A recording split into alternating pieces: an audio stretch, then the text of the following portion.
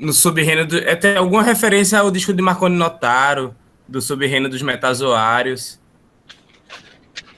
É Rogério Medeiros, é Valsa dos Cogumelos, Falta dos cogumelos, que esse é aí. uma das faixas. Então ele quer fazer essa abordagem aí desse meio musical, né, dos anos 70, pegando aí essa produção de Udi Grude, dos discos independentes. Ele está bem animado. Ele retomou a pesquisa há pouco tempo e tá querendo retrabalhar. Até tinha pedido o material dele inicialmente, ele disse, poxa, que eu tô retrabalhando para o livro, tô pretendendo divulgar em breve, então em breve a gente vê aí uma possibilidade de parceria para lançamento, alguma coisa assim.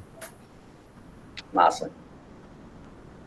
Mas me pareceu um cara bem interessante, assim, né? Enquanto pesquisa, assim, bem sério, assim, das fontes que ele tá buscando, tudo. Não, ele foi super gente boa, foi bem tranquila a conversa com ele. Aham. E eu gostei da perspectiva da pesquisa dele. É mais uma fonte bibliográfica, né, bicho? Isso, exatamente. E assim, ele foi para acervo um tempão, para jornal, para tudo, buscando coisa. Você vê que tem uma vontade mesmo, assim, né, de pesquisa. Eu tenho quase certeza que devo ter visto ele, quando eu estava pesquisando, ele lá no acervo público. Quase certeza. É. Não é muita gente que frequenta, né?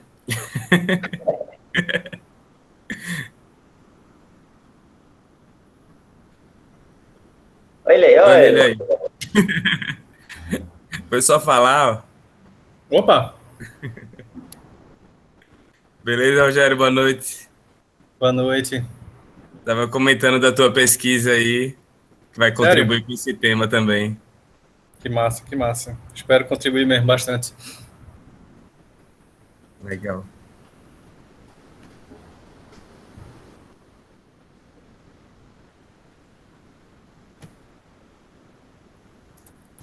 Vocês estão escutando interferência do ar-condicionado ou não? Tá tranquilo. Tá tranquilo. Tá perfeito, Felipe. Não tá havendo nenhuma interferência, não. Tá bem tranquilo. Boa noite. Boa noite, Carolina. Olá. A gente está dando mais uns minutinhos e vamos já começar. Uhum.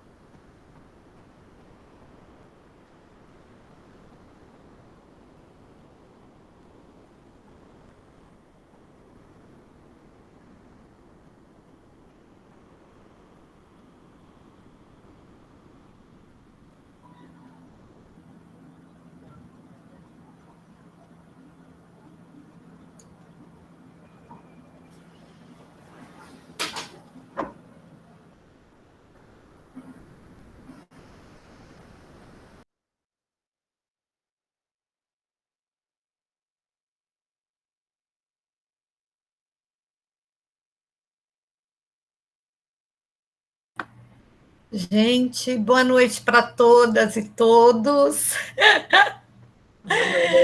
Ai, agora eu cheguei de corpo e alma. Eu estava fechando o último encontro aqui com a turma da Unilab.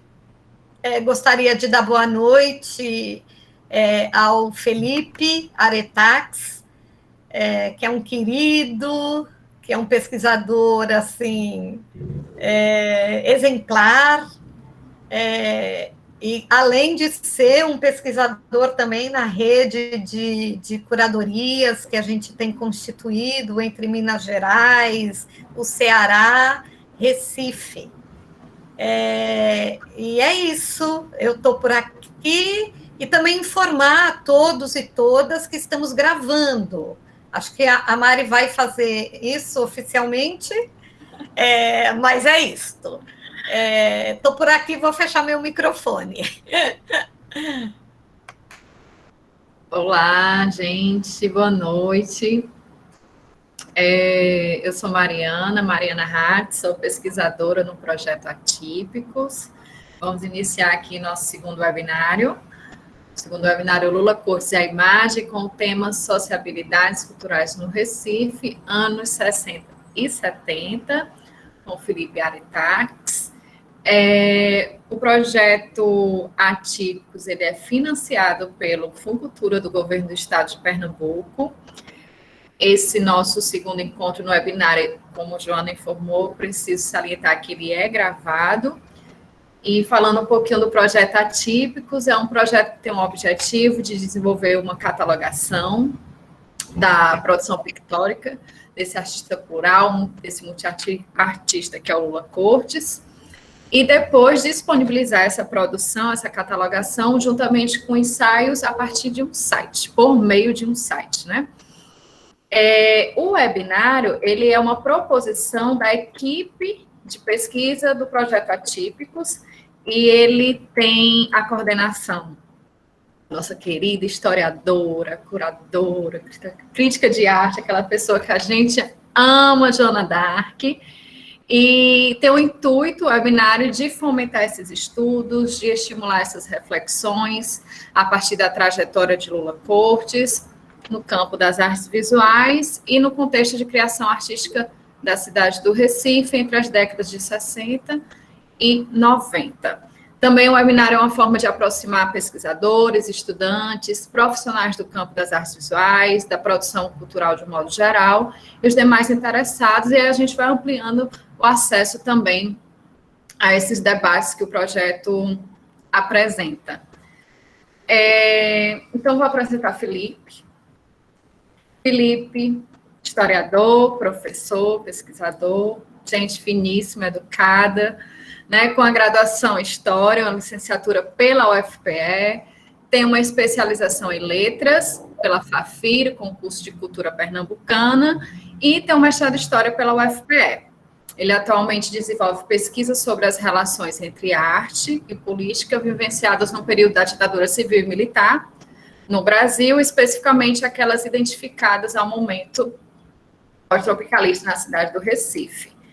E quero salientar que essa pesquisa tem um olhar atento e crítico, que resultou numa dissertação muito bacana, nos oferece uma leitura assim, muito envolvente, uma escrita muito legal, e ela tem contribuído significativamente para o projeto Atípicos. E hoje a gente vai ter o prazer de escutar Felipe. Antes de passar a palavra para você, só dizer que o Felipe vai ter a fala, e depois a gente abre para as perguntas, para as considerações. Vocês podem ir colocando no bate-papo. Na medida que eu puder aqui ver, eu vou sistematizando essas pautas aí de vocês. A gente deve apresentar aqui também umas imagens, eu não devo visualizar agora, mas depois eu dou uma organizada nas considerações de vocês. Tudo bem? Alguma pergunta? Posso passar a palavra para o Felipe? É com você. Olá, boa noite a todos, a todos. Poxa, deixa eu agradecer aqui a apresentação de Mariana. Muito obrigado, Mariana, pela gentileza das palavras. Muito obrigado mesmo. Deixa eu agradecer também aos pesquisadores que compõem a rede Lula Cortex e o projeto Atípicos, que recentemente me recepcionaram também de braços abertos e com a gentileza imensa. Agradecer por esse convite, né, para participar aqui desse território de reflexão em torno do Lula Cortex e a imagem, né? Reflexão que de um peso historiográfico muito bacana, importantíssimo construir essa narrativa, mais uma, né, narrativa com relação a esse arco da trajetória artística do Lula Cortex, e agora com esse foco mais dentro das artes visuais e das artes plásticas. Assim, é fantástico. Eu acho que o resultado desse trabalho que vocês vão produzir vai ser um resultado maravilhoso. E eu também estou ansioso para ver esse resultado, tá bom? Deixa eu agradecer a Nemo, também pelo convite aí, agradecer a professora Joana também pelo convite. Valeu, Joana, muito obrigado. E vamos lá. Então, vê só, deixa eu pontuar, então, desde já, que essa minha intervenção aqui de hoje, ela é um pequeno recorte temático do meu trabalho de dissertação, né? Apresentado ao Programa de Pós-Graduação em História da UFPE, no segundo semestre de 2016, sob o título O Tropicalismo Pernambucano, Histórias de um Tigre de Vanguarda, 1967 e 1968, certo? Então, assim, para quem não teve contato ainda com a dissertação, só para vocês terem uma ideia en passant dessa minha pesquisa, nela eu me debrucei sobre a instalação da vanguarda tropicalista no campo cultural pernambucano entre os anos de 67 e 68. O que significa dizer, né, que eu passei a investigar as disputas, as fricções e as dinâmicas operadas por alguns desses agentes artísticos e intelectuais naquele momento que compunham o cenário cultural da cidade.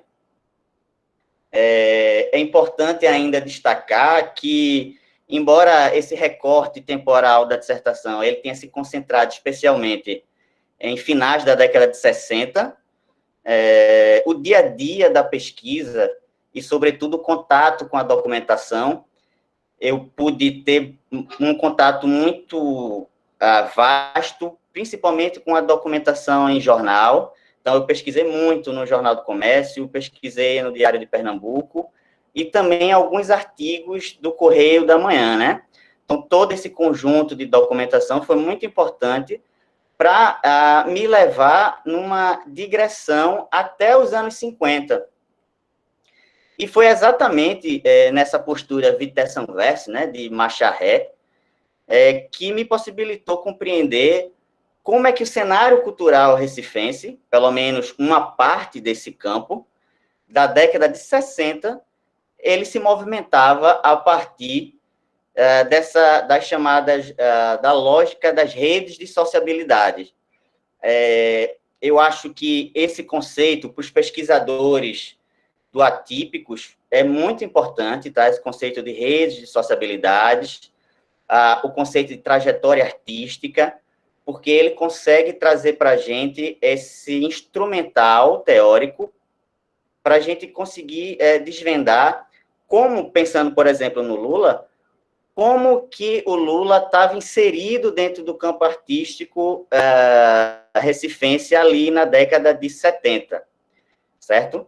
Então, assim, quando eu falo em redes de sociabilidades, eu me refiro à constituição de uma trama de espaços e indivíduos que transitavam entre si, operando classificações artísticas e intelectuais, e a partir do compartilhamento de saberes, de fazeres, de publicações de artigos em jornais e revistas, e até mesmo das dissipações da boemia.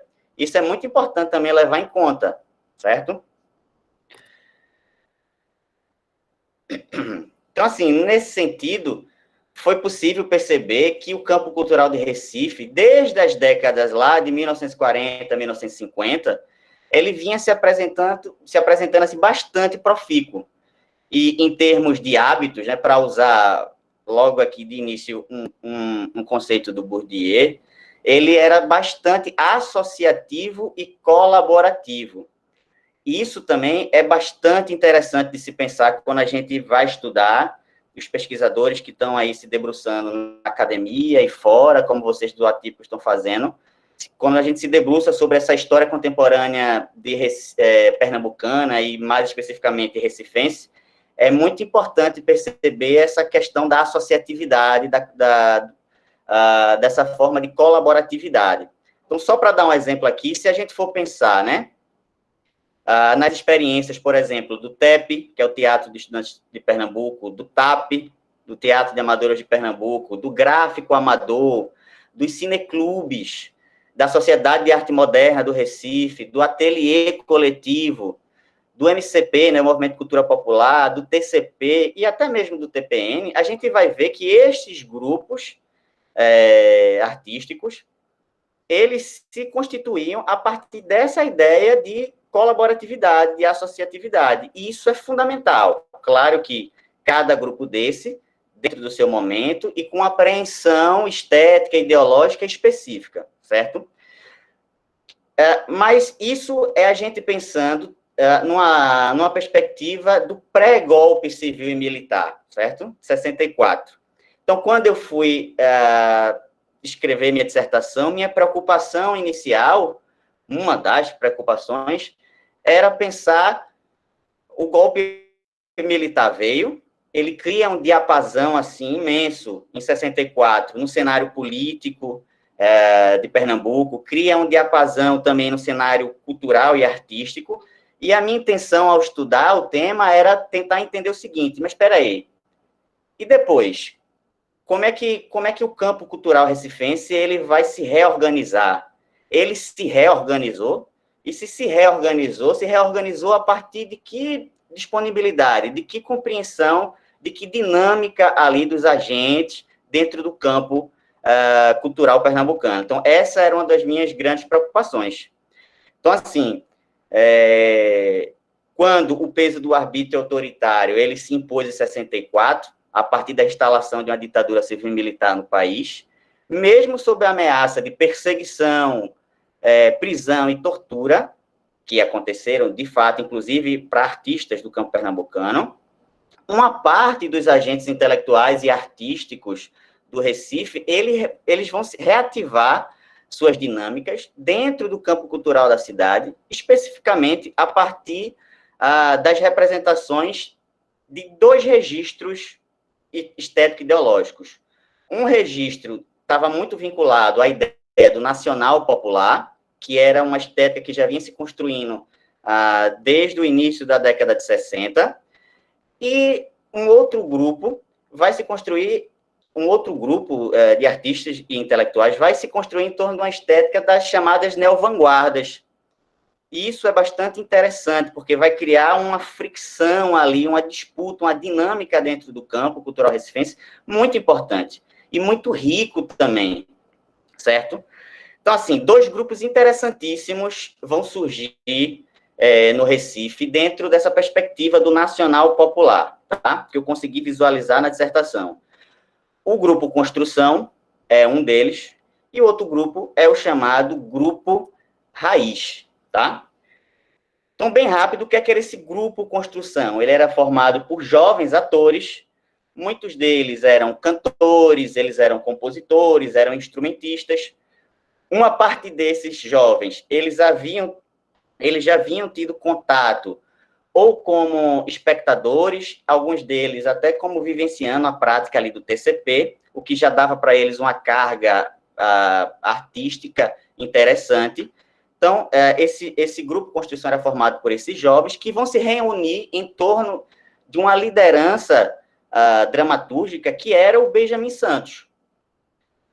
E só para chamar a atenção, o Benjamin Santos, já nesse momento, era um cara relativamente importante, porque ele já tinha um trabalho importante junto com o Paulo Freire, na Secretaria de Extensão Cultural da Universidade do Recife.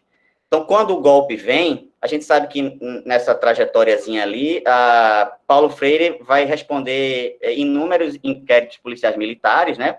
Vai ser preso, e a galera que estava no entorno do Paulo Freire também vai ser perseguida. Então, Benjamin Santos também vai ser perseguido, ele vai ser obrigado a sair da cidade, ele vai para o Rio de Janeiro e vai ter uma experiência junto com o Teatro de Arena, de Augusto Boal, vai se encantar por aquele tipo de representação artística, e logo em 65, no começo de 65, ele volta para Recife e tenta, então, trazer essa ideia para cá. É quando ele encontra esses jovens ali, artistas, e funda o Grupo Construção. Então, só para vocês terem uma ideia do núcleo fundador do Construção.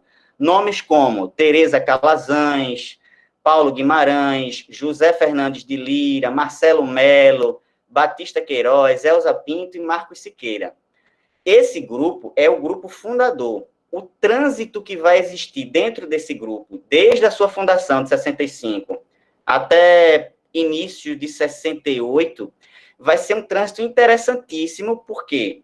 Porque essa é a primeira rede de sociabilidade que vai promover uma efervescência cultural no cenário pernambucano, no cenário recifense, muito interessante, certo? Então, eles estavam sediados no Teatro de Arena, que à época ficava na Avenida Guararapes, tá?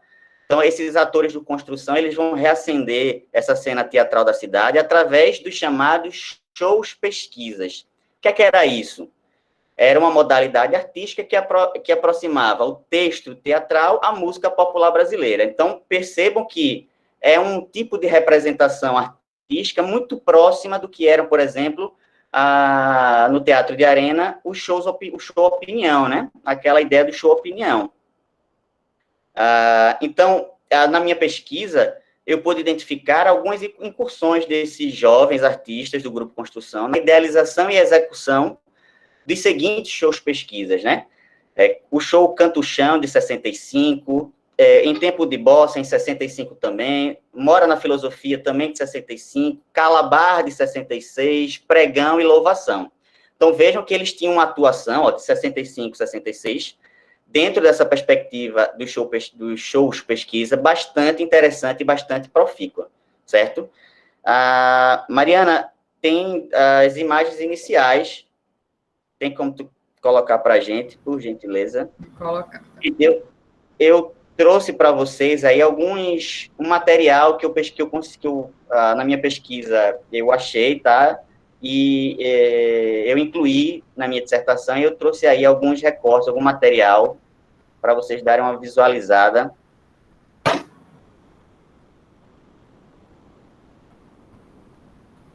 Deu? Acho que está carregando. Aí. Pronto. Passo? Aí, pronto, aí. Pronto. Aí, então, vê. Tem 2 recortes de jornal aí, tá? Essa primeira matéria é uma matéria anunciando, então, a criação do Grupo Construção. Eu fiz questão de colocar para vocês a fonte detalhadazinha aí, para quem estiver pesquisando sobre isso, porventura. E o cartaz do Canto Chão também, do teatro, da peça, tá? Do show pesquisa. E percebam que aí tem assim, o espetáculo de Bossa Nova. O Grupo Construção vai ficar muito ligado a essa ideia da renovação da música popular que estava acontecendo, principalmente ali no que a gente chama do eixo do cenário cultural que tinha mais notabilidade, né, que era ali Rio-São Paulo, onde estava acontecendo, por exemplo, os festivais da música popular brasileira, onde se estava acontecendo, estavam mais presentes os artistas que estavam desenvolvendo a linha evolutiva da Bossa Nova, com a Bossa Nova nacionalista. E aí, essa representação artística da Bossa Nova vai estar muito presente dentro do grupo Construção. Então, é imprescindível, então, destacar que entre o biênio de 65 e 66, por exemplo, alguns integrantes do Grupo Construção sobremaneira já sobre influência do intelectual e jovem ensaísta, e também professor Jomar Muniz de Brito, eu vou falar dele daqui a pouquinho, tá? Organizaram 2 festivais de Bossa Nova, também aí nesse momento, 65 e 66, tá? Então, além dos shows pesquisas, esse grupo aí, ele se reunia para produzir esses shows de Bossa Nova. O primeiro Festival de Bossa Nova, que acontece em Recife, e o Festival Bossa 1, que vai acontecer em Campina Grande, tá? Vejam, essa movimentação, ela é tão interessante, vai gerar tanto resultado que a própria Rádio e TV Jornal do Comércio, à época, junto com a revista Manchete, entre os anos de 66 e 67, eles vão organizar, junto com o Grupo Construção, 2 feiras de música do Nordeste. A primeira feira de música do Nordeste, que acontece em 66, e no ano subsequente, a segunda feira de música do Nordeste. E é importantíssimo perceber o seguinte, que esse primeiro contato entre jovens intelectuais e artistas com esses espaços de comunicação, eles vão começar a gerar, já a partir daí, de forma ainda muito incipiente, muito inicial, uma indústria cultural em Recife. E isso, ao longo da década de 60, vai se processando aos poucos. Mas a gente vai perceber que, por exemplo, para a seara musical, na década de 70, isso vai acontecer bastante. É só pensar, por exemplo, na Rosenblitz, né? Que vai estar ali ajudando a galera da psicodelia nordestina a produzir os seus discos, certo? Acho que as próximas imagens aí, Mariana, vão falar um pouquinho sobre essa feira. Então, ó, eu trouxe para vocês esse recorte da matéria da Feira de Música do Nordeste, uma convocação para os compositores, e daqui do outro lado, a apresentação da data dos finalistas. Vejam, essas feiras de música, como tinha essa perspectiva de ser dentro da ambientação regional, né, do Nordeste, vai fazer com que muitos outros artistas intelectuais que estavam interessados nesse tipo de mobilização viesse aqui para o Recife, certo? Então, muita gente de Natal, muita gente da Paraíba, e isso vai fortalecer ainda mais essas redes de sociabilidade e de interação desses grupos que vão estar se formando aqui em Recife. Próxima imagem, Mariana, por favor. Massa. Então, esse é o livro do Jomar Muniz de Brito, chamado Do Modernismo à Bossa Nova. É um livro ensaio, publicado em 1966, certo? Com esse livro, Jomar, ele vai ganhar ele vai crescer num patamar de consagração a nível expressivo, principalmente dentro de Recife e também a nível regional. Jomar é um cara fundamental para se pensar essa construção e essa dinâmica dentro do campo cultural recifense no pós-64. É fundamental, tá? Se a gente for pensar no arco da trajetória de Jomar, desde a década de 50, ele entra em contato com o movimento cineclubista aqui na cidade, e já nesse momento, Jomar vai conhecer pessoas que vão, nas décadas seguintes, vão estar no nível de consagração assim, altíssima. Então, Jomar, já na década de 50, já conhecia Glauber Rocha, foi passar um mês de férias na casa de Glauber Rocha, isso no final da década de 50. Jomar, nesse mesmo momento, conhece Frederico Moraes, que na década de 70 vai se consagrar como um curador de arte contemporânea no Brasil. Jomar, então, já conhecia essas pessoas já do final ali da década de 50. E, posteriormente, no começo da década de 60, ele vai estar muito próximo de Paulo Freire, trabalhando junto com Paulo Freire na Secretaria de Extensão Cultural, certo? E vai ganhar também muita visibilidade. E depois, em 64, ele vai lançar um livro, não sei se vai dar para mostrar aqui, eu até separei aqui. Esse é o primeiro livro que ele... Eu estou conseguindo, vocês estão conseguindo ver ou não? Eu não consigo, porque eu estou passando as imagens, mas no seu pessoal. Não, tudo bem. Então, é um livro chamado Sim. Contradições. Vocês estão vendo? Dá para ver, viu? Bota de Dá pra novo, ver? Felipe. Isso. Dá. Contradições do homem brasileiro. Pronto. Esse livro aqui, Jomar lança em 64, mas depois que quando vem a ditadura, esse livro vai ser recolhido das livrarias, principalmente da livraria 7, né, do falecimento do Tarcísio, uma pena, né, uma grande perda recente nossa.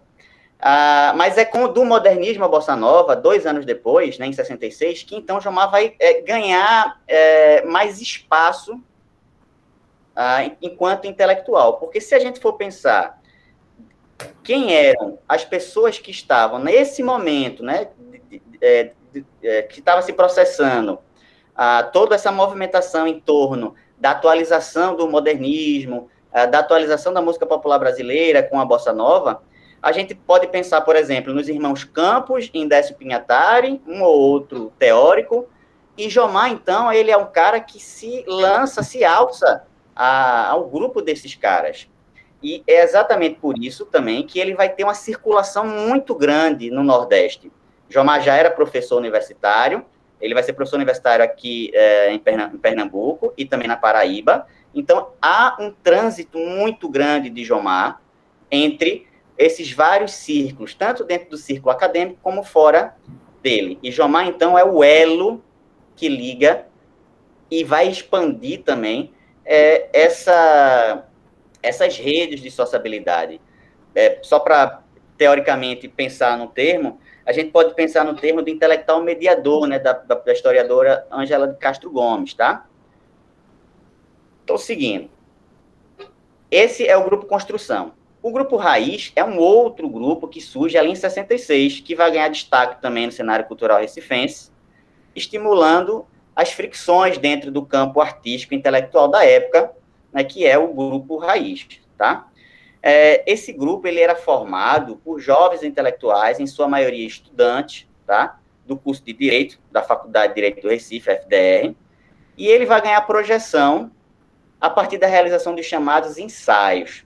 Esses ensaios eram círculos de debate públicos que esses jovens eles utilizavam para discutir sobre a cultura brasileira. Então, é muito interessante, porque é mais um outro grupo que surge, tinha lá o Construção, vai ter agora o Raiz, e os membros desses grupos, eles vão passar a se transitar entre si, a se coabitar, e isso é muito importante, tá? Então, esses ensaios, eles aconteciam no Aroeira Artesanato, que era um espaço privilegiado, né, um espaço anexo ao Teatro Popular do Nordeste, o TPN, localizado, na época, na Avenida Conda Boa Vista.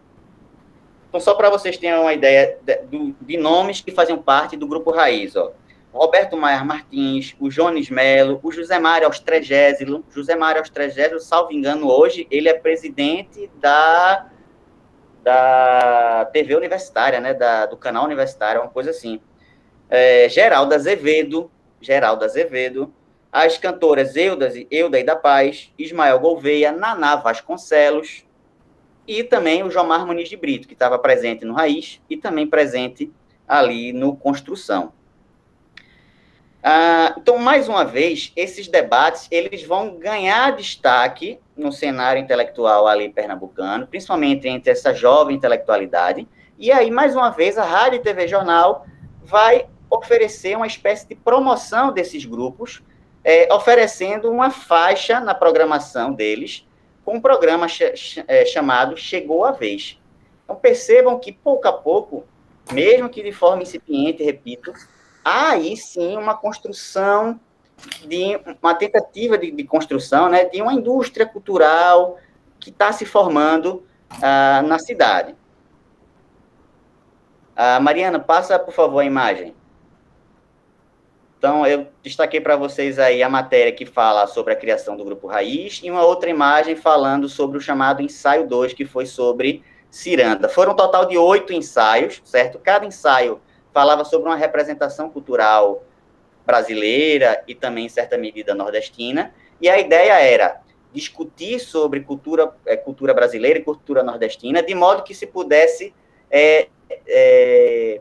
criar novos registros sobre essa ideia de uma identidade nordestina. E isso vai ser muito importante para o tropicalismo mais adiante. Então, assim, em 67 vai ter um fato importantíssimo, que é a vinda do Gilberto Gil para Pernambuco, para o lançamento do primeiro LP dele, na carreira dele, que é o LP Louvação, certo? Ele vem com um show chamado Vira Mundo, e ele vai entrar em contato com todos não, mas uma parte desses jovens músicos intelectuais que estavam aí operando dentro do campo cultural recifense. Ele vai passar cerca de 15 dias, depois ele vai viajar para o interior de Pernambuco, vai para Caruaru, certo? Entra em contato com o Jomar, eles vão discutir muito sobre arte, sobre produção cultural nordestina, inclusive sobre bossa nova, e é onde ele vai ter o contato com a banda de pífanos de Caruaru também, né? Eu acho que a próxima foto vai representar isso, Mariana. Pronto, então tá aí a capa do LP Louvação, um show que foi muito aguardado aqui em Recife, também foi muito bem comentado, certo? E aí tem esse registro fotográfico da passagem do Gilberto Gil em Caruaru, em 67.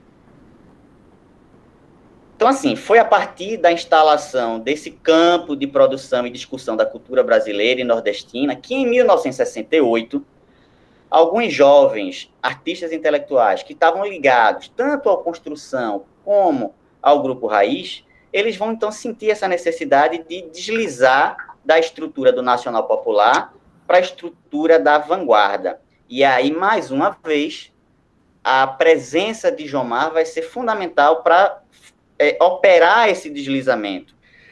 Então, através da adoção de alguns princípios norteadores da chamada vanguarda artística brasileira, tais como a coletividade, simultaneidade, a experimentação e, sobretudo, a ideia de guerrilha artística. Isso é muito importante, fundamental.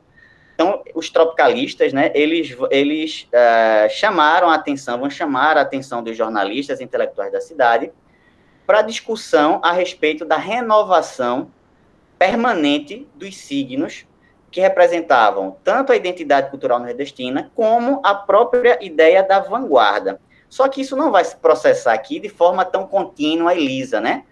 Como todo o campo cultural ele é disposto, a história do campo artístico, a história do campo cultural, ele é baseada a partir das lutas, né? Das dinâmicas que são construídas aí. E isso vai ser muito visto a partir de 68 nos jornais da cidade. Então, se você pega 1968 e vai olhar o caderno de cultura do Diário de Pernambuco e o caderno de cultura do Jornal do Comércio, nesse momento, 68, você vai ver que os membros que estavam mais vinculados a Jomar, né, eles vão estar muito presentes no Jornal do Comércio, então eles vão lançar muitos artigos, principalmente Jomar, e no Diário de Pernambuco vai ser um nicho ali, assim como o JC também era, vai ser um nicho para os intelectuais que eram contra essa tentativa de instalação dessa nova renovação estética e prática comportamental também, que é o tropicalismo aqui em Recife. Tem, acho que, uma próxima imagem aí, Mariana, por favor.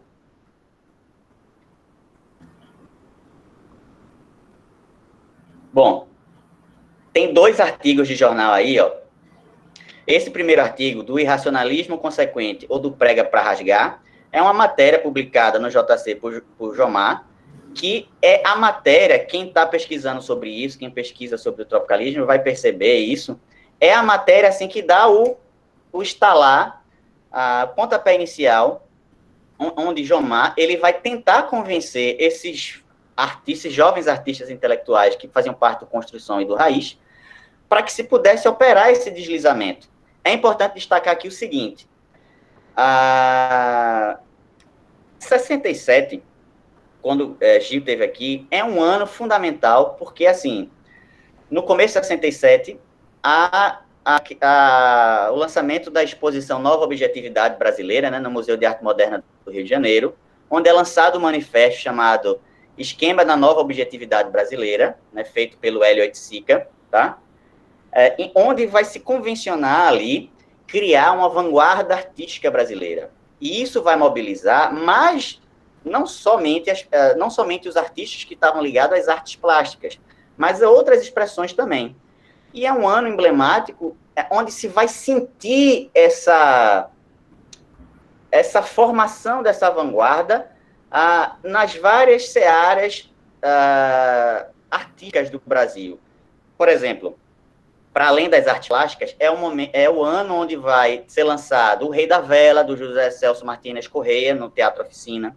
É um ano do Terra em Transe, do Glauber Rocha. É o ano da arte ambiental, né, Tropicália, também do Hélio Oiticica. Vai ser um ano em que Caetano e Gil vão participar lá do Festival da Música Popular Brasileira, com Alegria, Alegria e Domingo no Parque. Então, assim, é um ano onde os intelectuais que estavam, e artistas que estavam vivenciando esse tipo de renovação dos signos artísticos, vão estar muito ligados a isso. E Jomar também estava. No começo de 68, ele viaja para o Rio de Janeiro para assistir o Rei da Vela e toma contato com tudo isso que está acontecendo, certo? E quando ele volta, ele publica esse artigo. Então, esse artigo, ele vai, de imediato, gerar já uma controvérsia muito grande. É tanto que vai ser publicado nos jornais vários outros artigos de outros críticos de arte e jornalistas contra essa instalação que Jomar queria promover dentro do cenário cultural pernambucano. Isso tinha um motivo, porque Jomar vem muito imbuído desse espírito da guerrilha artística. E para a instalação dessa guerrilha artística, precisava-se ter uma espécie de oponente, que Jomar vai chamar de retaguarda cultural. Então, para a instalação da vanguarda cultural, Jomar, junto com os tropicalistas, né, ele vai precisar classificar artisticamente aquele grupo que seria o grupo que para ele era o alvo, que era a retaguarda artística. Isso é muito importante. E essa retaguarda, que ele chama de retaguarda artística, é justamente aquele grupo de intelectuais e de artistas que estavam ligados, em maior e menor grau, ao regionalismo freiriano, de Gilberto Freire. Então, a gente vai ver, por exemplo, no lançamento, eu vou falar daqui a pouquinho deles, entrando aqui já para o final, que a gente vai ver que vai ser muito ácido, muito irônico e muito visível essa postura comportamental e nessa tentativa também de contestar esses espaços de legitimação e consagração dentro do campo cultural pernambucano com relação aos regionalistas. Então, Jomar, no começo de 68, vai lançar um manifesto chamado que é considerado o primeiro manifesto tropicalista de Pernambuco, né? Porque somos e não somos tropicalistas, certo? Numa vernissagem, de um artista da arte processo, né? Do poema processo, aqui em Pernambuco. E olha só que interessante, como é que a arte processo entra, então, nesse jogo todo aí? Como eu disse a vocês, Jomar era um cara que ele transitava muito pelo Nordeste, fosse como professor universitário, fosse como entusiasta da cultura. Então, o Jomar, em 66, já tinha ido para a Universidade do Rio Grande do Norte e conheceu lá um grupo de artistas de poema processo, chamado Grupo 10. À época se chamava Grupo 10. E esse grupo estava renovando o registro do poema, né, através dessa ideia aí do poema processo, e vão pegar também essa ideia, vão coadunar essa ideia do tropicalismo, certo? Então, a gente pode dizer que o tropicalismo pernambucano, ele nasce ali de mão dadas com o poema processo, aqui em Recife. Mariana, põe a próxima imagem, por favor. Então, eu separei uma imagem para vocês aí, ó, de isso, esse aqui é um poema processo chamado Edifício, de um artista chamado Anchieta Fernandes, tá? que tinha essa ideia de construir essa ressignificação do registro do poema para essa ideia visual também, né? Certo? E aí, do lado, uns 3 artistas de processo, do poema Processo, que é o Ribamar Gurgel, o Dailô Varela e o Moacir Cirne, na Galeria Varanda, que é onde acontece o lançamento do primeiro manifesto tropicalista, porque somos e não somos tropicalistas. Mariana, próxima imagem, por favor. Então, ó, esse manifesto vai ser lançado nessa exposição de poema Processo, tá? Ampliando, mais uma vez, essas redes de sociabilidade que estavam se constituindo aqui. No Jornal do Comércio, o grande divulgador dessas ideias era o Celso Marconi, que era, à época ele dirigia o Caderno de Cultura do Jornal do Comércio, e era o grande incentivador e divulgador. Esse manifesto ele vai ser assinado pelo Jomar Muniz de Brito, pelo Aristides Guimarães, que era um cara que vinha do Grupo Construção, e pelo Celso Marconi, tá? Essa imagem de cima que vocês estão vendo aí, mais antiga, né, de 68, foi a imagem que estava atrelada ao lançamento do primeiro manifesto, tá?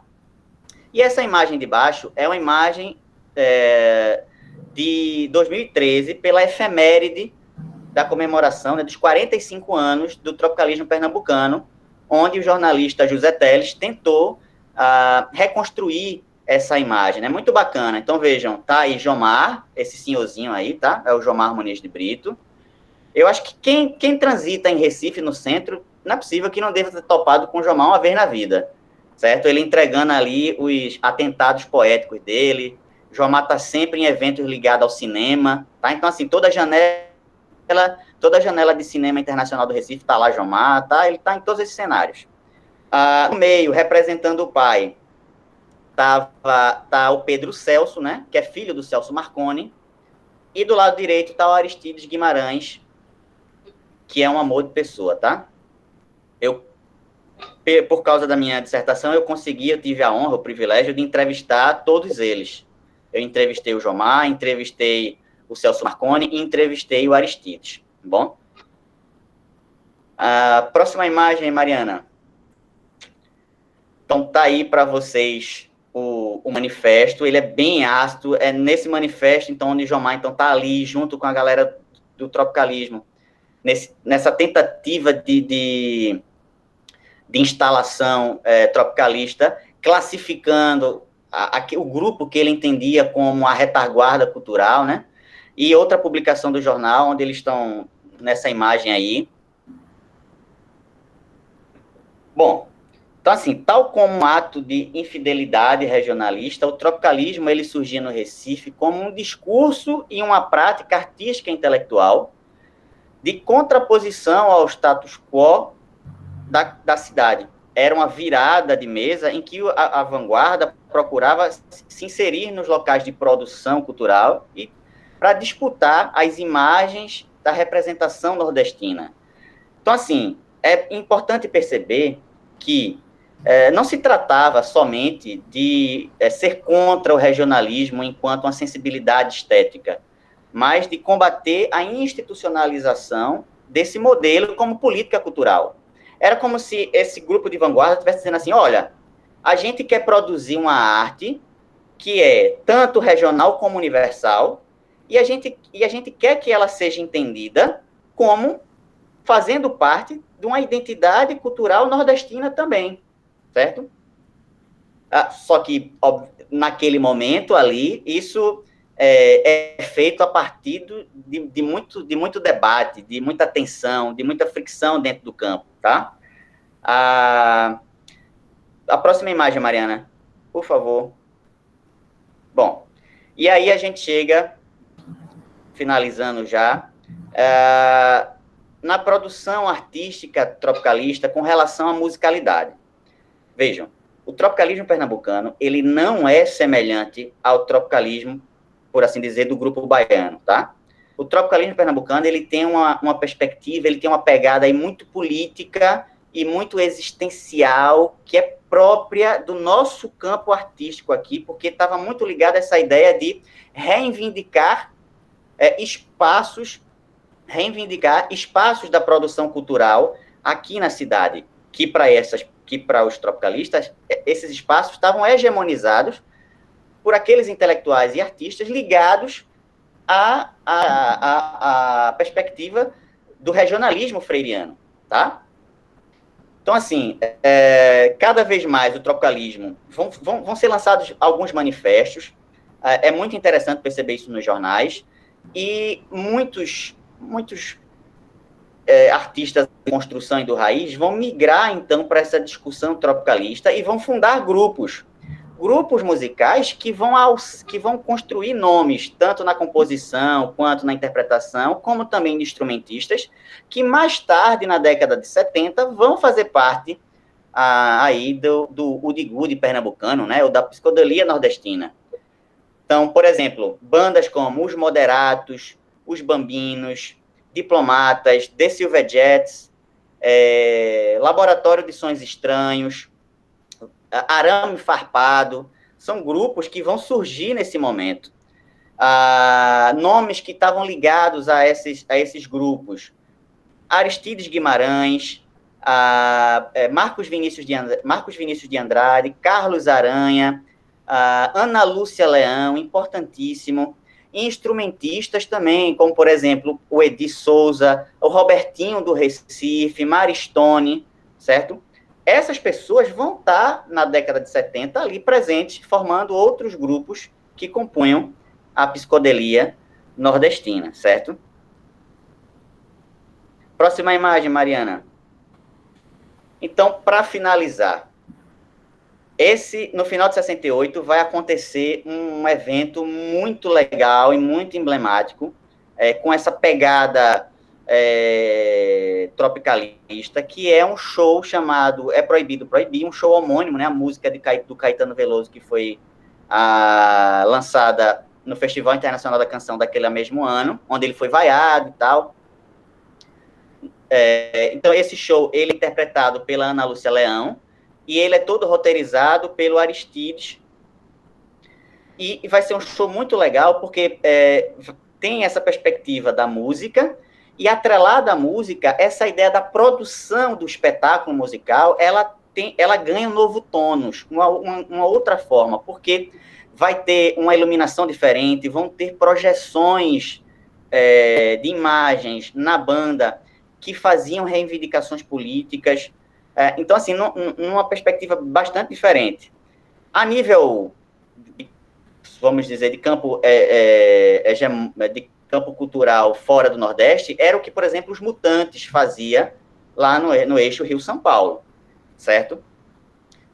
Esse show vai acontecer mais ou menos um mês antes da imposição do AI-5, né? Depois do AI-5, a gente sabe que há um recrudescimento da ditadura civil-militar no país, tá?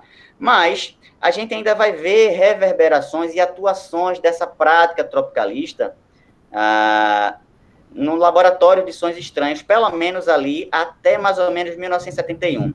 Recentemente, em 2019, eu produzi um artigo para o Simpósio Nacional de História da ANPU, onde eu publiquei de forma resumida esse artigo, mas eu tenho ele aqui expandido, depois eu posso compartilhar para vocês, se vocês quiserem, que é um artigo bastante completo, acho que tem umas 30 páginas, assim, com muitas imagens, assim, muito legal.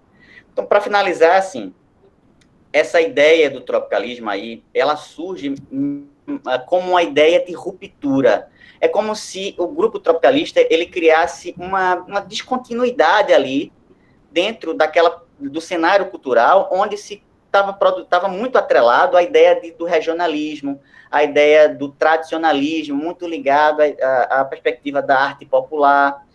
Então, os tropicalistas, eles vêm para tentar renegociar esses signos do que seria a identidade cultural nordestina, né? Não deixar de ser regional, mas também, por que não, adotar signos do que seria uma arte universal, certo? E a gente vai ver isso acontecendo a partir de outros registros na década de 70, muito mais forte por causa da contracultura, né?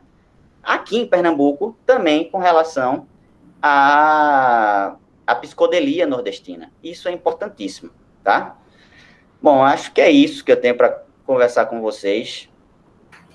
Obrigado mais uma vez aí pela oportunidade.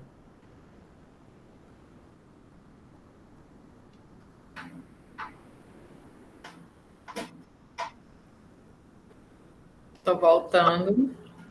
Gente, Felipe, muito obrigada pelas palavras, considerações. É muito rico o seu trabalho, os detalhes. Como eu falei inicialmente, traz um olhar atento e crítico, trazendo narrativas, algumas silenciosas, algumas que somam a já que estamos acostumadas a ver em torno do tropicalismo. E eu vou ver aqui esse bate-papo, que eu não estava vendo. Está chegando agora as notificações. Para ver. Há questões no chat. Obrigada, Joana. Queremos o artigo. Eu envio para vocês.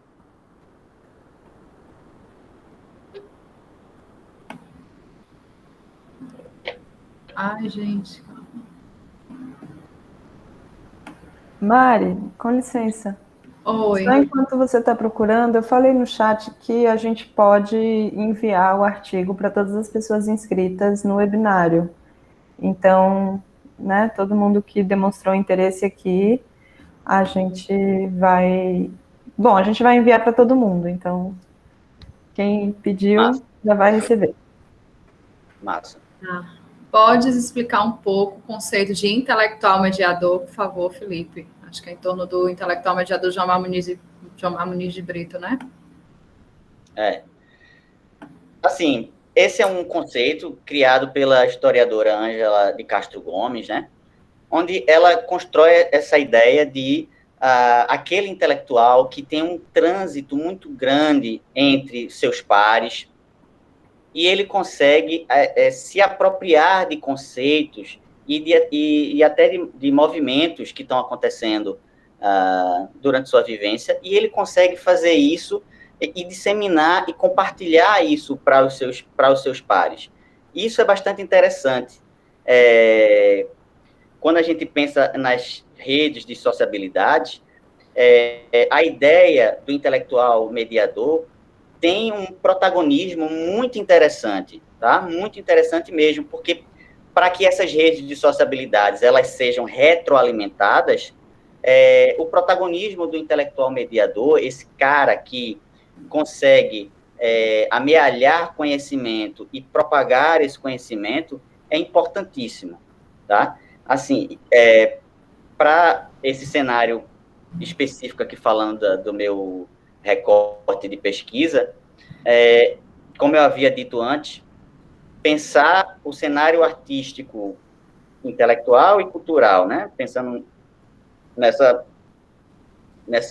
dualidade aí em Recife, sem citar Jomar, é quase impossível. Claro que o campo é muito vasto, não só existia Jomar, não só existia a galera ligada ao Nacional Popular, nem as vanguardas, tinha o pessoal, a produção de cultura intelectual ligado ao regionalismo, ligado ao tradicionalismo. Por exemplo, Gilberto Freire, Ariano Suassuna, a galera que vai fazer o Teatro Popular do Nordeste com Hermílio Borba Filho. Todos esses intelectuais e artistas são importantíssimos para a constituição do campo artístico e intelectual em Recife, tá? Bom, eu acho que é por aí. Não sei se eu consegui responder, mas é por aí. Felipe, qual a ligação dessa ideia de nacional popular com a Semana de 1922 em São Paulo e o Romance 30, de pegada regionalista? Como você vê essa relação entre essas ideias de regional e nacional a partir de 1922 até esse momento, nos anos de 1960?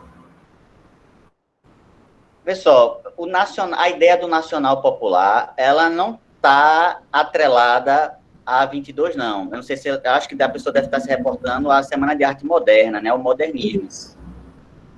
A ideia do nacional popular é uma construção que vem ali do final dos anos 50, início dos anos 60, muito ligado à teoria crítica da perspectiva estruturalista do marxismo, certo?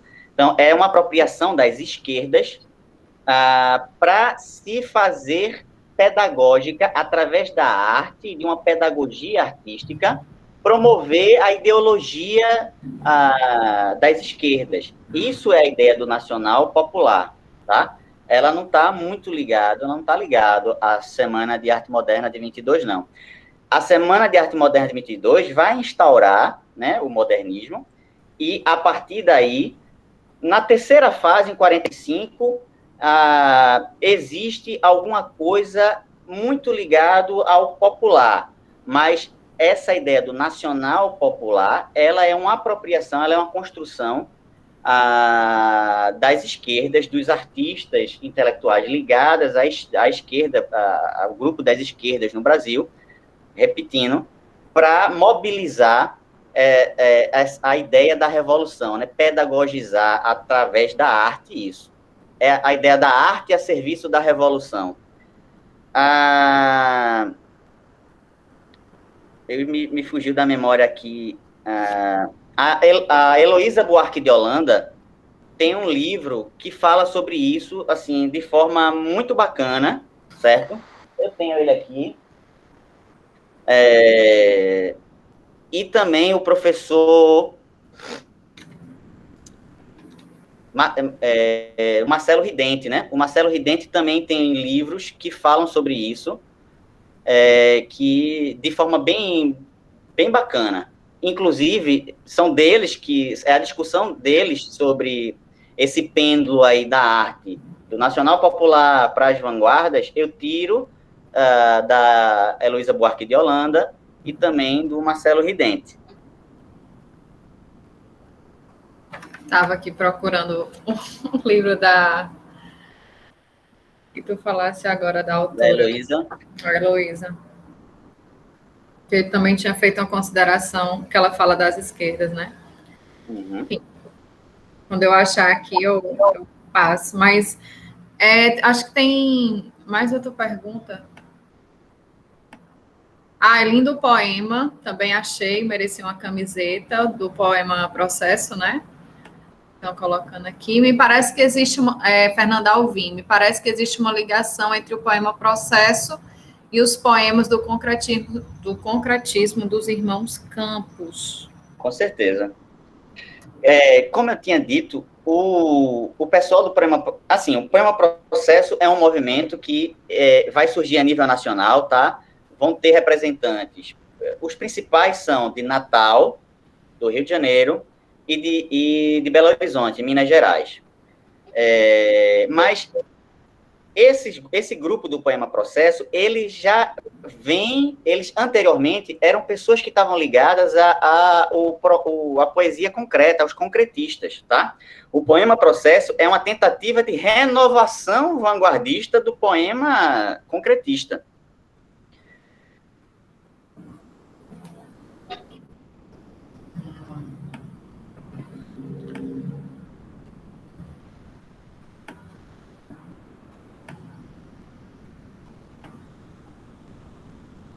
Deixa eu ler aqui.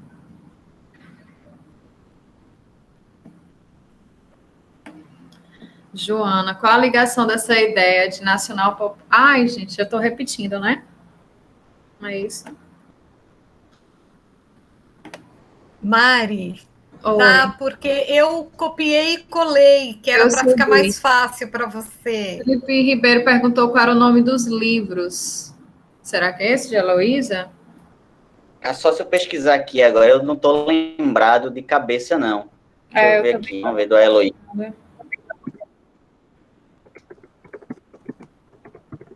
Vamos ver a Heloísa aqui. Heloísa...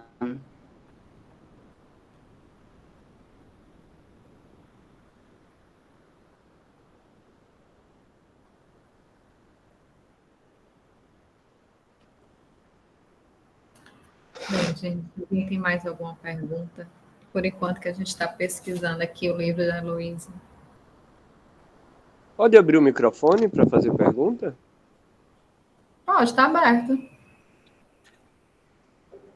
Então, licença, eu sou o Fernando Alvim.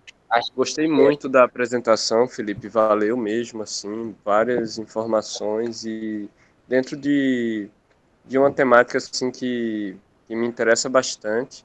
Também tive um tempo estudando História, mas acabei me formando em Letras, então é um pouco o contrário. E eu estou nessa ideia do estudo do nacional já há algum tempo. Quando você falou desse conceito do nacional popular, me remete já diretamente ao romantismo alemão, por exemplo, né? O início do romantismo ali, França, Alemanha, né? Você já tem ali uma busca do estudo, por exemplo, das estruturas de contos, de imaginários populares para a construção da ideia de nacional, né? Então, desde o século XVIII, a gente tem ali esse processo, antes mesmo do marxismo se fundamentar no século XIX, né? Uma busca ali, por exemplo, dos irmãos Grimm, de toda aquela galera ali do Chile, do Schlegel, do próprio Goethe, né? E formando essa ideia da construção do nacional, que para a Alemanha era muito importante naquele momento, né?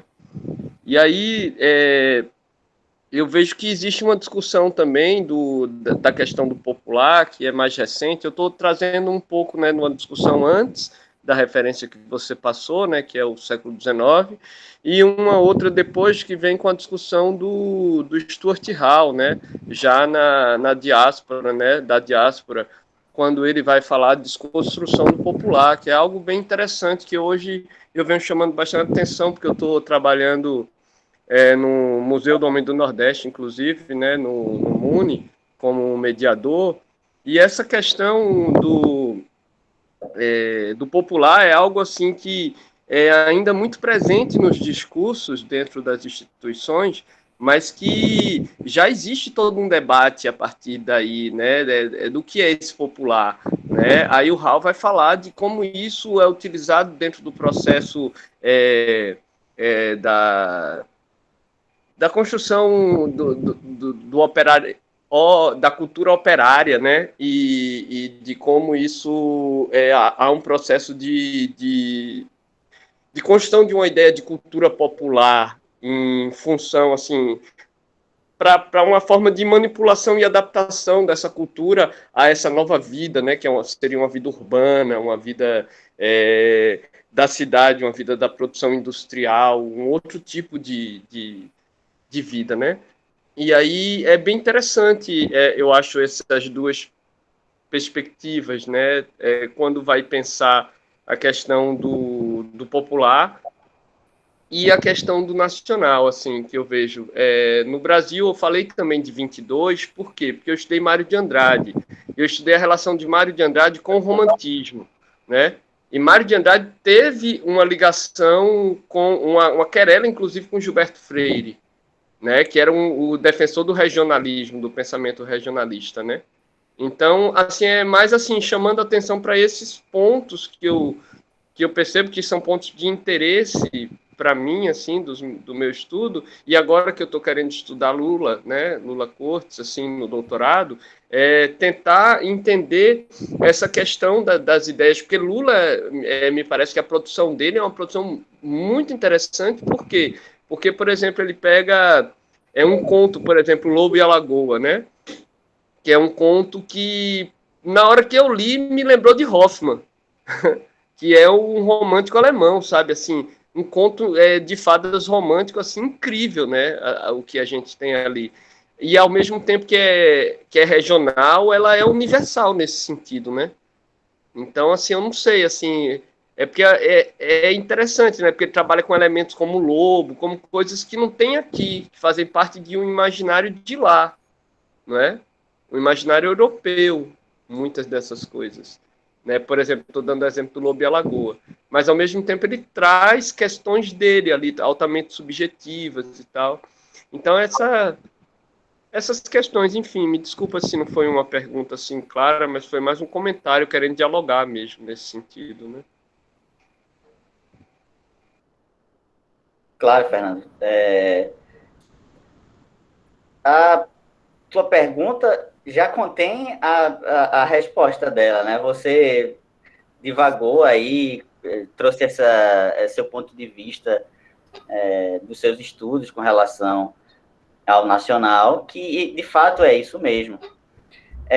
Só que essa apreensão do nacional popular para o registro do desenvolvimento estético, né? Estou falando aqui de desenvolvimento artístico no Brasil, ela está muito atrelada ali no final dos anos 50, início dos anos 60, a essa ideia da arte a serviço da revolução, né? Mas você está corretíssimo. Enquanto gênese, é isso aí. Está ligado ao racionalismo alemão e tal. E com relação ao Stuart Hall é muito legal para se pensar a ideia do pós-moderno, né? De pós-modernidade. Que essa ideia de que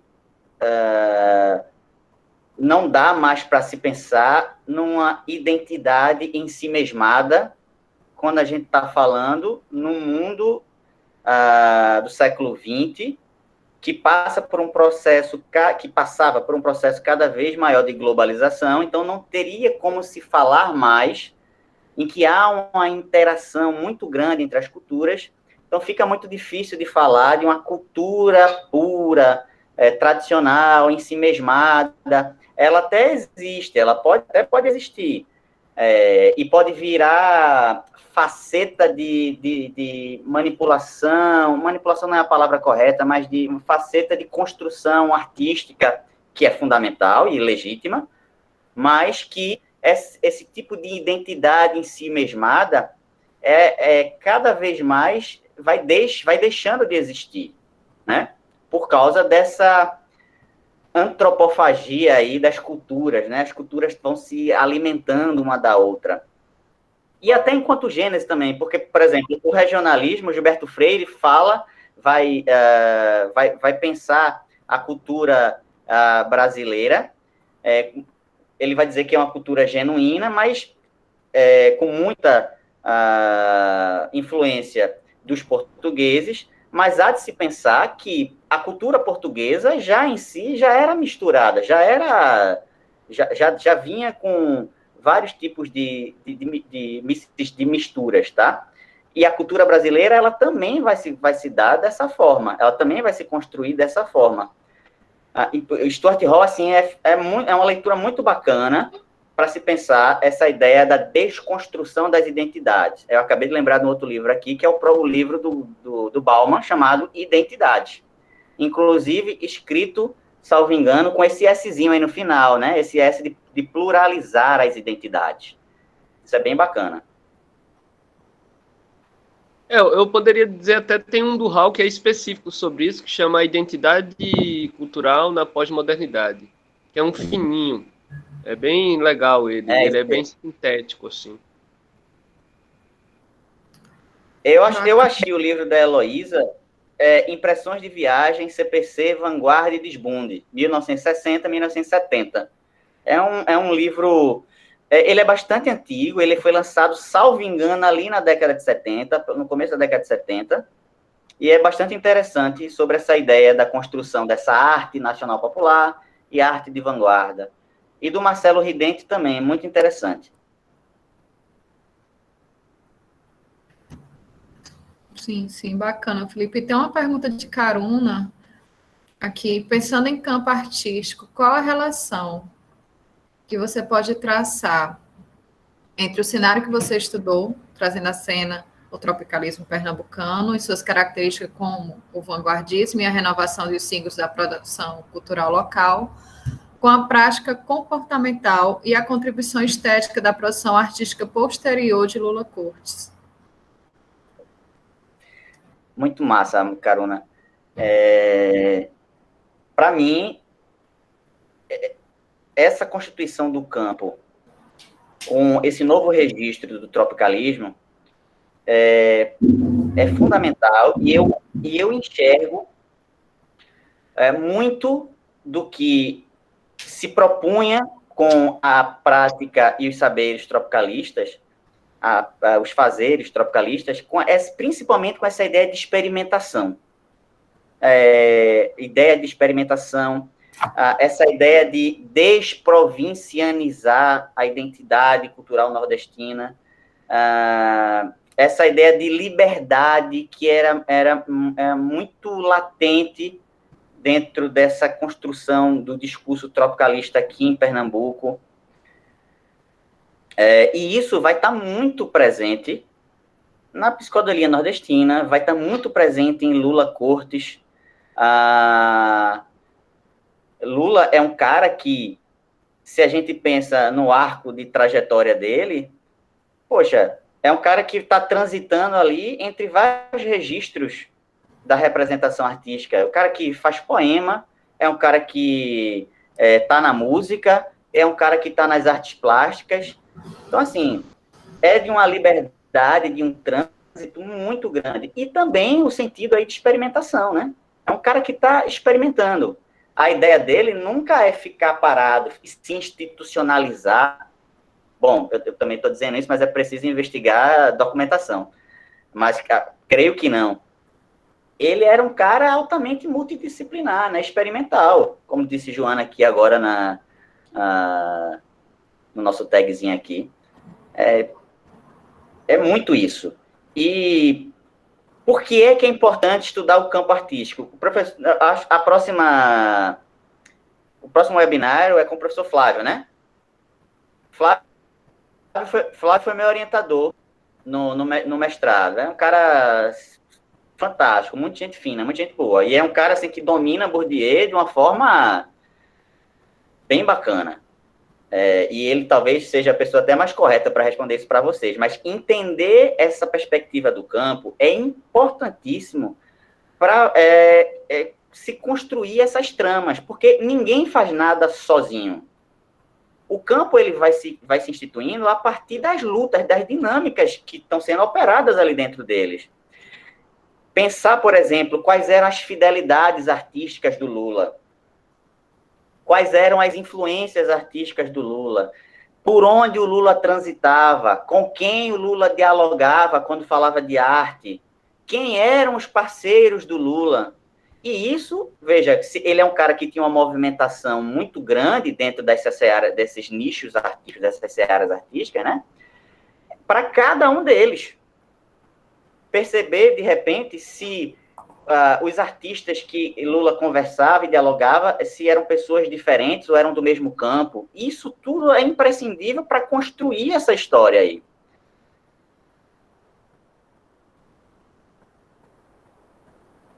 Sim, aí entendendo essa trajetória, esse campo artístico, a gente vai também sistematizando, vamos supor, o processo criativo, o processo poético mesmo de Lula Cortes, que é atravessado em tantas linguagens, mas a gente consegue sistematizar como se fosse um método, uma prática artística de Lula Cortes, diante todas essas linguagens, né?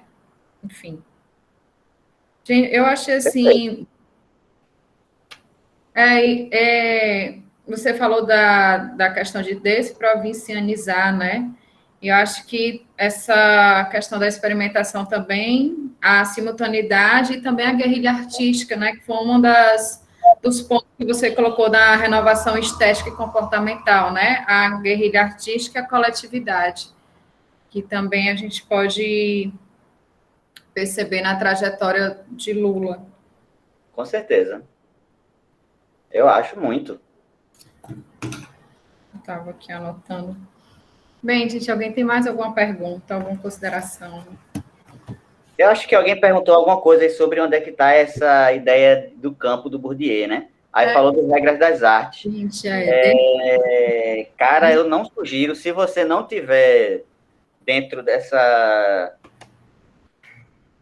desse dia a dia, nessa dinâmica da leitura mais conceitualista, teórica, de começar pelo Regra das Artes, não, tá? É um livro muito complicado. Quem me conhece sabe que Bourdieu, para mim, é uma leitura muito truncada, muito travada, mas é uma chave teórica importantíssima para se compreender o mundo das artes, né? Gente, desculpa.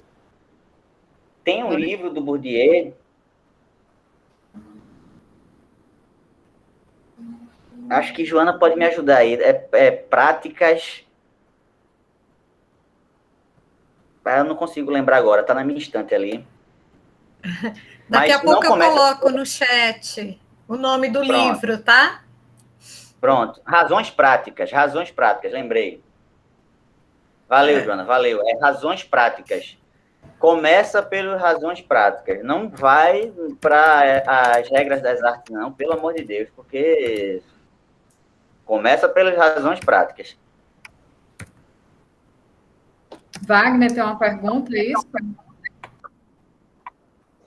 Tenho. E aí, assim caminhando para o final aqui, é bem básica, gente, assim, a pergunta, antes de tudo, muito massa, Felipe, teu estudo, assim, que bom, né, ter acesso a esse conhecimento, e a proposta aqui também da galera, muito, muito boa. A minha pergunta, assim, ela se relaciona mais com a minha realidade diante desse conteúdo, e aí, não sei como a gente pode deixar ela interessante para todo mundo, mas eu sou do interior de Pernambuco.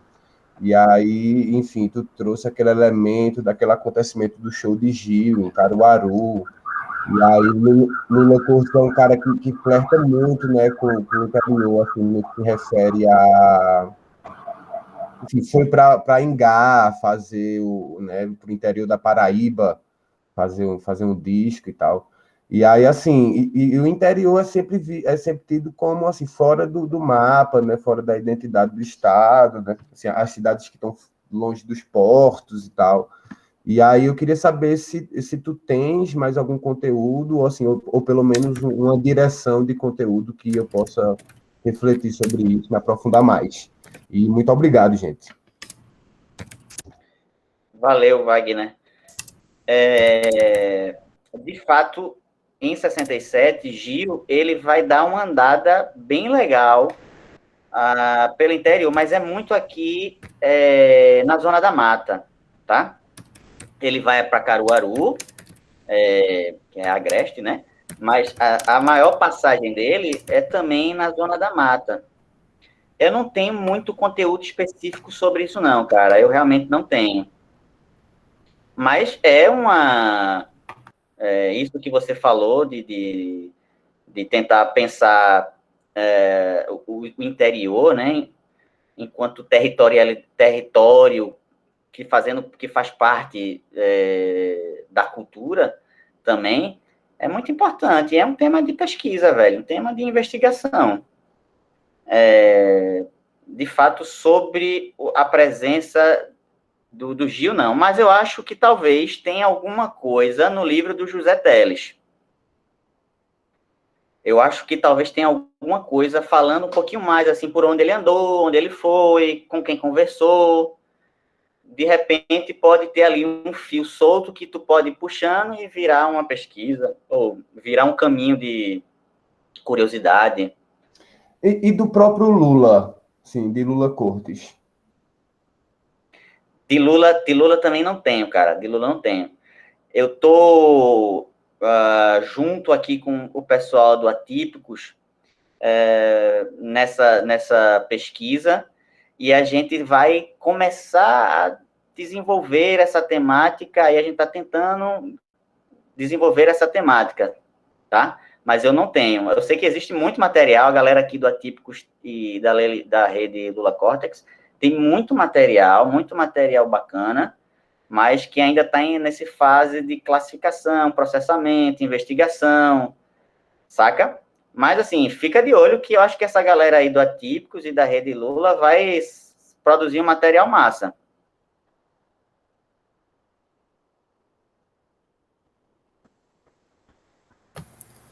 Mas só complementando aí, Felipe, e dialogando com Wagner, né?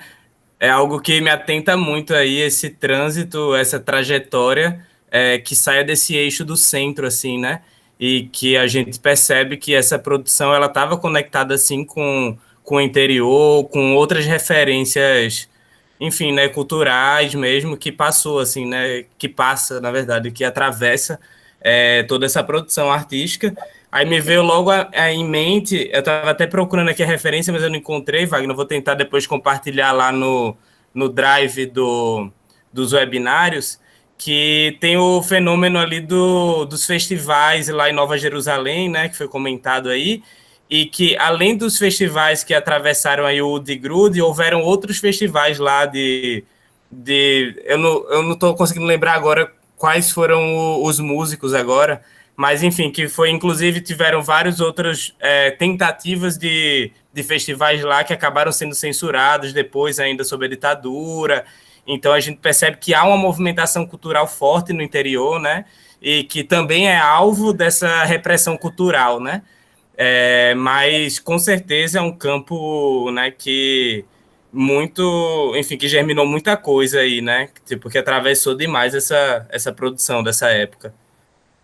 Nemo, me ocorreu agora pensar o seguinte aqui, de repente, até nos jornais, aqui no JC, no Diário de Pernambuco, ao fazer referência aos shows lá de Nova Jerusalém e outros ambientes, de repente pode ser até que tenha alguma menção com relação a essa tentativa de organização de outros festivais. E pensando no interior, pode ser que nestas cidades, se tiver algum tipo de panfleto ou de jornal também, mesmo que local, e aí teria que se encontrar um arquivo para isso, né? Onde é que está esse arquivo? Mas pode ser que tenha se produzido por ali, ou até mesmo, por exemplo, pensando de forma satélite, né? Caruaru era uma cidade que, em vista das outras, já existia uma produção jornalística de comunicação de massa interessante. Então, de repente, essas tentativas também de disseminação aí dos shows ali no interior pudesse estar sendo veiculado pelos jornais, panfletos, alguma coisa que estivesse sendo produzida ali em Caruaru, de repente. Gente, rapidamente, eu sou assim, envolvido com a cultura desde pequeno, mas sou jornalista de formação e me formei em Caruaru. E aí vou começar a dialogar um pouco com esse conteúdo. Enfim, acho que no desenvolver dos webinários a gente pode avançar com essa ideia. Massa demais, muito bom. Massa. Fernando, isso? Gostaria de falar? Não, foi eu apertei sem querer, desculpa, Mariana. Tá sinalizado, né? Então tá bom. Gente, aí mais alguma questão, alguma consideração, alguma pauta aqui? Será?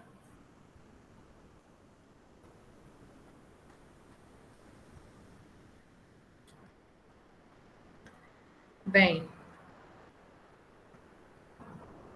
eu vou ficar aqui nesse silêncio mediano. Bem, eu queria agradecer, Felipe, pela sua disponibilidade,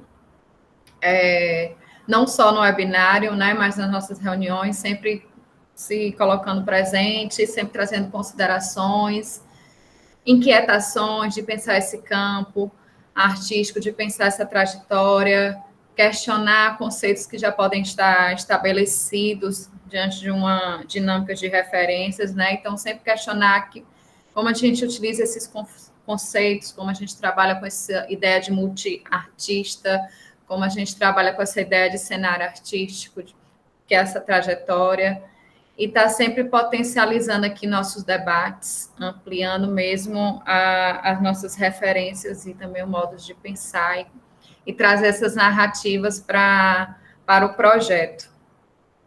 Eu agradeço muito, assim, também assim, o seu trabalho, parabenizando pela sua escrita, que, como eu falei no início, realmente é uma escrita envolvente, que a gente vai se apaixonando pela temática, buscando novas referências também, enfim, e pela apresentação, estou cheia de detalhes. Eu acho que é isso. Agradeço aqui em nome do Projeto Atípicos. Alguma coisa, Felipe, Joana, Caruna, Nemo, Bruna? Bruno tá aí, não é isso? O Bruno. Não, eu tô. Não, também quero agradecer o Felipe por ter topado partilhar com a gente esse trabalho que ele defendeu já tem um tempo. Acho que é um trabalho de fato exemplar, que merece ser publicado. A gente já tentou uma vez no Funcultura, mas vamos tentar outras.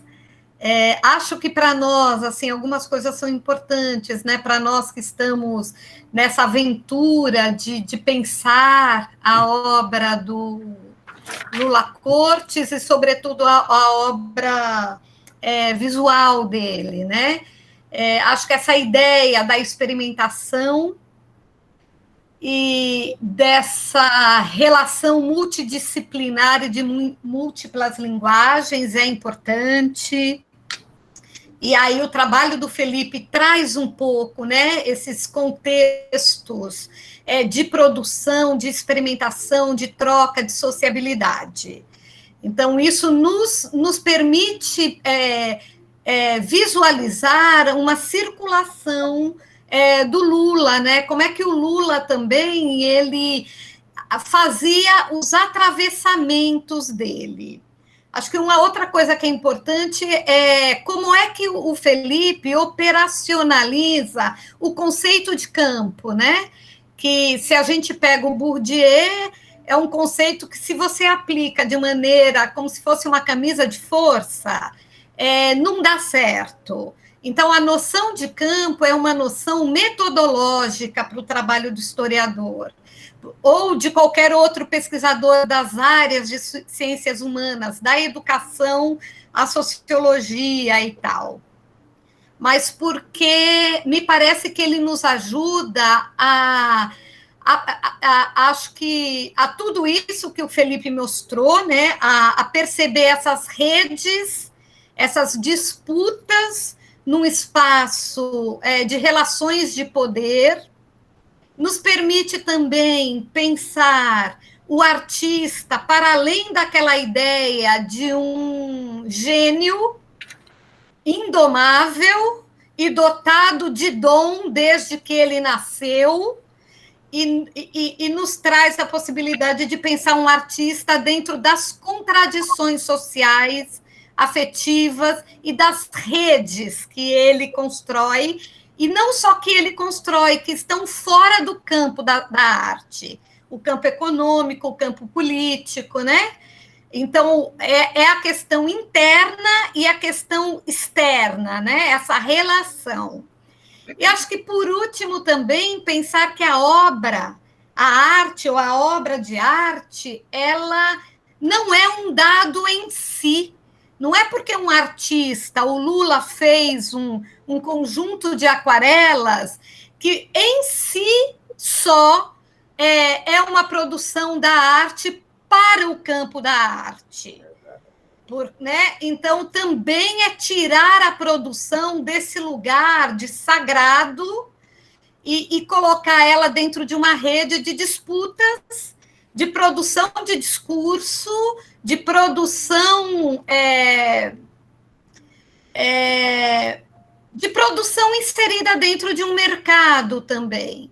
Então, acho que isso também nos permite a olhar o trabalho do Lula por outras lentes, que pode nos ajudar a pensar nessa obra, uma obra que parte foi exibida e parte ficou dentro de gavetas, enfim, acho que isso que é importante também da fala do... Eu quero te agradecer muito, Felipe. Muito obrigada. Eu que agradeço, Joana. Agradeço também a Mariana pela gentileza, mais uma vez, da apresentação, da intermediação. Agradeço a todos vocês, Caruna, Nemo, pela gentileza, mais uma vez, do convite, do acolhimento. Vocês são muito gente fina. E é assim, na base da afetividade, da brodagem, que a gente vai aí criando esses laços e se ajudando. É isso aí. Oi, gente. Mais uma vez, obrigada pela presença de todas, todos e todes. Acho que ficamos por aqui, não é isso? Nos encontramos no Drive com o compartilhamento dos materiais, artigos, livros. E quem lembrar de mais alguma coisa que pode somar aqui com o nosso debate, é só inserir por lá também, tá bom? É isso. Beijo para vocês, fiquem bem, se cuidem. Nos encontramos no próximo webinar, então, com o Flávio. Com certeza. Boa Até noite. mais.